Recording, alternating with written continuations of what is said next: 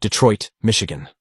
On 2004-07-10, 17-year-old Alicia Cole, a high school student, left a small birthday gathering at a classmate's duplex in the Gratiot Connor area around 23:20 after telling her father she would be home by that. At 03:02, patrol officers responded to Nash Park, where Alicia was found unconscious near a pavilion. EMS documented wrist and shoulder bruising consistent with restraint and a high blood alcohol level on a portable analyzer. She was transported to St. John Hospital and admitted to the emergency department. Her father, Demetrius Cole, 41, former Marine Scout sniper and warehouse security guard, arrived at 03:45. In a brief lucid interval recorded in triage notes, Alicia whispered 4 first names: Danny, Rick, Tony, Kyle, and nodded when asked if they were police. She lost consciousness again. Initial blood work showed elevated BAC and alprazolam. Demetrius filed a report at the 9th Precinct and identified the 4 as young officers he had seen around the neighborhood. Officer Daniel Danny Crawford, age 22. Officer Richard Rick Summers, 23. Officer Anthony Tony Bradshaw, 24. And Officer Kyle Morgan, 21. Internal investigators interviewed the 4 on 2004-07-13. Each denied contact with Alicia. Duty logs showed them off shift during the relevant hours.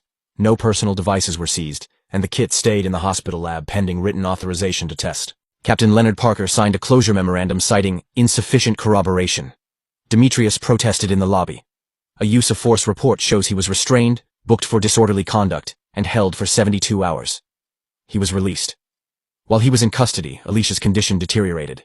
She died at 06:18 on 2004-07-19. The medical examiner listed acute ethanol and benzodiazepine toxicity as the cause of death, manner undetermined. The assault kit remained unprocessed. On July 23, during the funeral at a small chapel in northeast Detroit, patrol officer Kyle Morgan approached the casket and, according to 2 relatives, told Demetrius quietly, "Shame she couldn't handle it. The weak don't survive." The exchange appears in no official document.